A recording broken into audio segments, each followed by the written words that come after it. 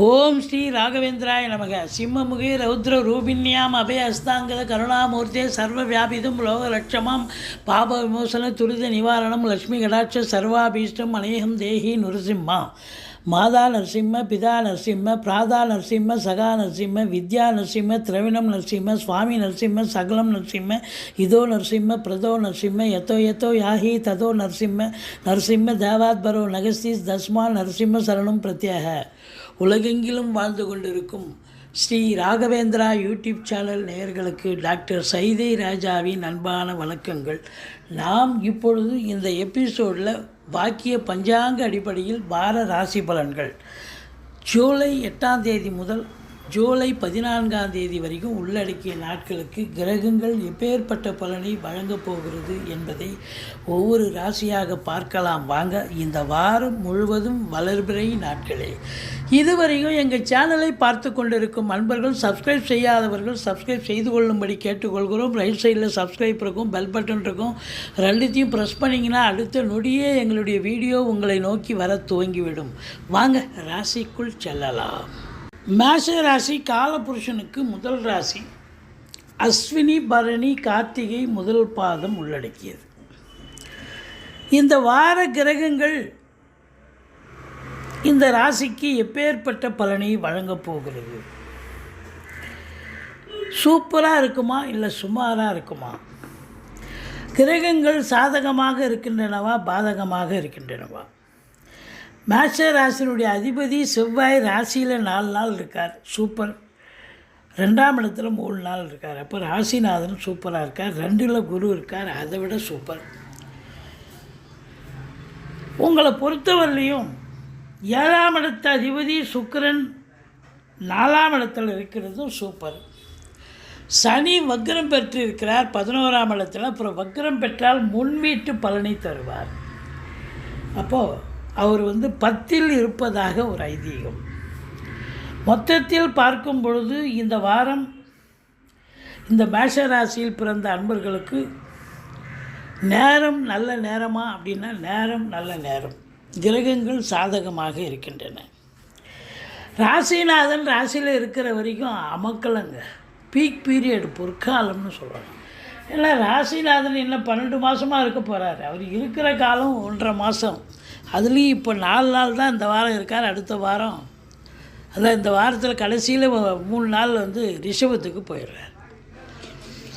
2ஆம் இடமும் நல்ல இடம்தான், குருவோடு இணைஞ்சிருக்கார். அப்போ கௌரவம், புகழ், அந்தஸ்து, செல்வம், செல்வாக்கு, தன்னம்பிக்கை ஏற்படக்கூடிய ஒரு அற்புதமான ஒரு வாரம்.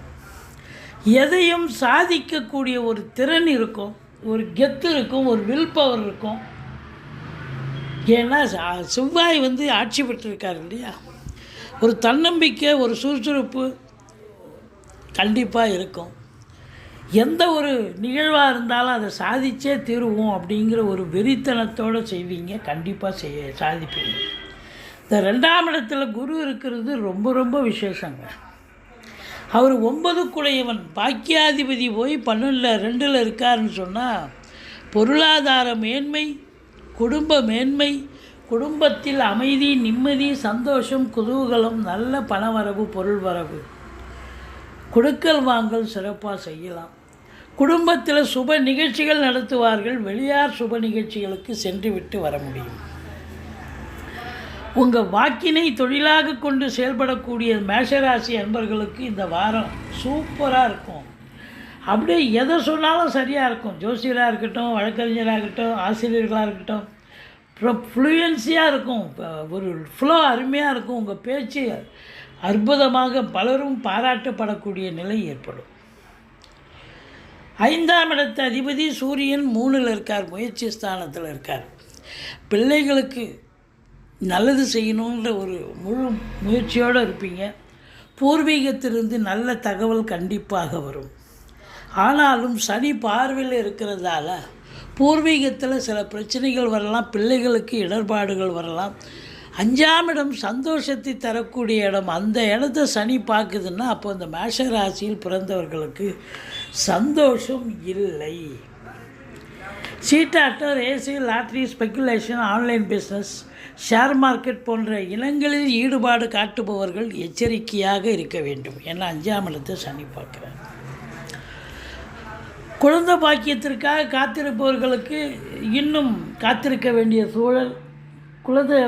பூர்வீகத்தில் இருந்து சில பிரச்சனைகள் வரலாம். ஆனால் குரு 6ஆம் இடத்தை பார்ப்பதால் எதிரிகள் ஓடி ஒளிவார்கள். கடன் சுமை படிப்படியாக குறையும். கோர்ட்டில் கேஸ் எதாக இருந்தால் சாதகமாக தீர்ப்பு வரும். சொந்த தொழில் செய்பவர்களுக்கு நம்பிக்கைக்கு பாத்திரமான பணியாளர்கள் கிடைப்பார்கள்.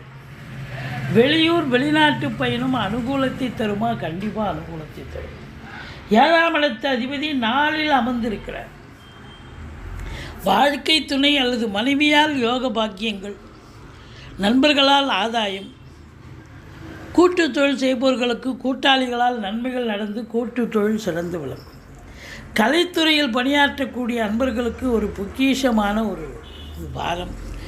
கல்வி நிறுவனங்கள், கல்விக்கூடங்கள், கல்வியாளர்கள், கல்வி பயிலும் மாணவ செல்வங்கள், இவங்க எல்லோருக்குமே ஒரு பொற்காலமாக அமைகிறது. 8ஆம் வீட்டை குரு பார்க்கிறார், செவ்வாயும் பார்க்கிறார். 8ஆம் இடம் என்பது அசிங்கம், அவமானத்தை தரக்கூடிய இடம். அந்த இடத்த குரு பார்க்குறதாலையும் ராசிநாதன் பார்க்கறது, சனியும் பார்க்குறார். எந்த ஒரு அசிங்கம் அவமானங்கள் எதுவும் ஏற்பட்டு விடாது. மாறாக திடீர் அதிர்ஷ்ட வாய்ப்புகள் தேடி வரும். வரா கடன்கள் வசூலாகும். இன்சூரன்ஸ் பணம் கிளைம் ஆகி கைக்கு வரக்கூடிய காலகட்டம். வாரிசே இல்லாத குடும்பங்களுக்கு உங்களை வாரிசாக நியமித்து அவங்களுடைய சொத்து பத்து நகை நட்டு லிக்விட் கேஷ் உங்கள் பெயருக்கு மாற்றி எழுதக்கூடிய விபரீத ராஜயோகம் ஒரு சிலருக்கு அமையும். உங்களை பொறுத்தவரையிலையும் 10ஆம் இடத்தை குரு பார்க்கிறார். சூப்பருங்க. தொழிலில் நம்பி இறங்கி தொழிலில் கடன் வாங்கி தொழிலில் போடுங்க. தொழில் விருத்தியாகும். இல்லை இன்னொரு பிரான்ச்சு கூட ஓப்பன் பண்ணலாம். மற்றபடி உங்களை பொறுத்தவரையிலையும் உத்தியோகத்தில் ப்ரமோஷன், இன்க்ரிமெண்ட்டு, சலுகைகளுக்காக காத்திருக்கிறவங்க, டிரான்ஸ்ஃபருக்காக காத்திருக்கிறவங்க, இவங்க எல்லாருக்கும் சிறப்பாக இருக்கும். ஆனால் சனி பகவான் 10-11 இருந்தாலும் வக்ரகதி பெறுவதால் ஹார்ட் ஒர்க்கு, சின்சியாரிட்டி, டெடிகேஷன், அதாவது மேலாமணிக்கியாக வேலை பார்க்க முடியாது. அதாவது 8 ஹவர் டியூட்டின்னா 10 ஹவர் வேலை பார்க்க வேண்டிய சூழல் கண்டிப்பாக ஏற்படும். அது சொந்த தொழிலாக இருக்கட்டும், உத்தியோகமாக இருக்கட்டும், இல்லை கம்பெனிஸில் வேலை பார்க்குறாங்க பார்த்தீங்களா, இந்த இரும்பு சார்ந்த நிறுவனங்கள், சின்ன லேத் ஃபேக்ட்ரிலேருந்து பெரிய கம்பெனி, பெட்ரோலியம் ப்ராடக்ட், நிலக்கரி சுரங்கம், இது போன்ற இடங்களில் பணியாற்றுபவர்கள், டெக்னீஷியனாக இருக்கிறவங்க, மெஷின் ஆப்ரேட்டராக இருக்கிறவங்க, இவங்கெல்லாம் ரொம்ப அதிகமான ஒரு உழைப்பு தேவைப்படுகிறது. லெபோரியஸ் ஒர்க்கு நிச்சயமாக தேவைப்படுகிறது. ராகு பகவான் 12இல் இருப்பதால் அலைஞ்சு தெரிஞ்சு உண்ண நேரம் இல்லை, உறங்க நேரம் இல்லை அப்படின்ற அளவுக்கு ரொம்ப பிஸி ஷெட்யூலில் இருப்பீங்க. ஆனால் சம்பாத்தியம் இருக்குமா என்று சொன்னால் நிச்சயமாக சம்பாத்தியம் இருக்கும். இரட்டிப்பு வருவாலும் இரட்டிப்பு சந்தோஷம். குடும்பத்தில் மற்றற்ற மகிழ்ச்சி, நிம்மதி, சந்தோஷம், குதூகலம் ஏற்படும். நீங்கள் துர்க்கையை வழிபாடு செய்யுங்கள், ஈஸ்வரனை போற்றுங்கள். வாழ்க்கை வளமோடும் நலமோடும் அமையும். எங்களுடைய வீடியோ பிடிச்சிருந்தால் லைக் பண்ணுங்கள், ஷேர் பண்ணுங்கள், சப்ஸ்கிரைப் பண்ணுங்கள். மறக்காமல் சப்ஸ்கிரைப் பண்ணுங்கள். நன்றி. வாழ்க வளமுடன்.